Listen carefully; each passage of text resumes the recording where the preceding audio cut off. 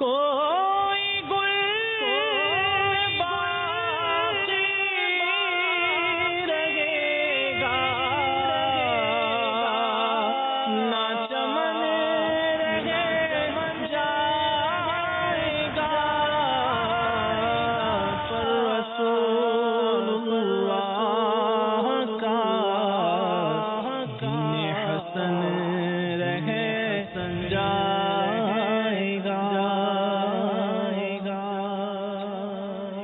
صلو علی الحبیب صلی اللہ تعالی علی محمد صلی اللہ علیہ وسلم۔ میٹھے میٹھے اسلامی بھائیوں اور مدنی چینل کے ناظرین، قیامت آ کر رہے گی، اور اس سے پہلے کچھ احادیث کرام کے ذریعے ہمیں کچھ نشانیاں معلوم ہوئی ہیں کہ قیامت آنے سے پہلے وہ کون کون سی نشانیاں ہیں جو روح پذیر ہوں گی۔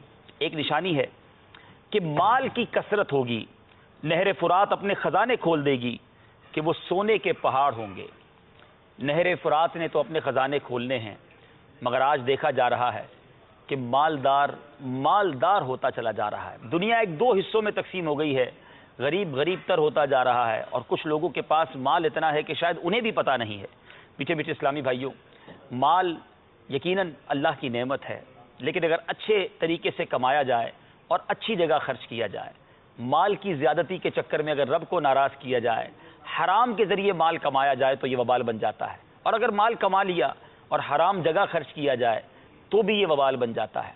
امام غزالی علیہ رحمۃ اللہ الوالی 4 قسم کے لوگوں کی بڑی پیاری تفریق بیان کرتے ہیں، اس کا طریقہ بیان کرتے ہیں، اس کی جو سمجھے کیٹیگرائز کرتے ہیں کہ قیامت کے دن ایک شخص کو لایا جائے گا اور اس کے بارے میں یہ پتہ چلے گا کہ اس نے حرام سے مال کمایا اور حرام جگہ پر خرچ کیا، حکم دیا جائے گا اسے جہنم میں ڈال دیا جائے۔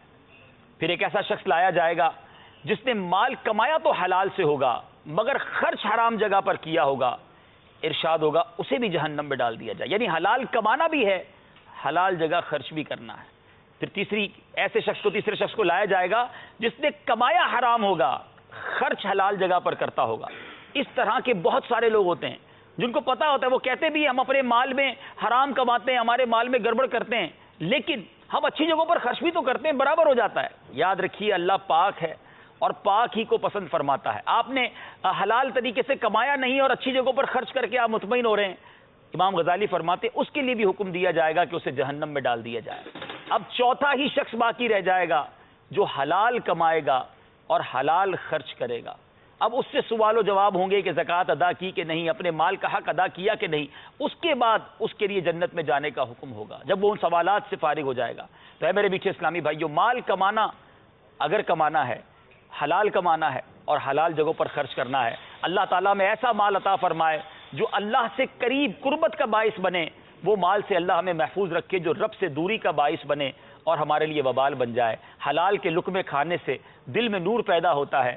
اللہ ہمیں فقط حلال روزی عطا فرمائے اور رزق حلال میں برکت عطا فرمائے، آمین بجاہ النبی الامین۔ کوئی گل باقی رہے گا،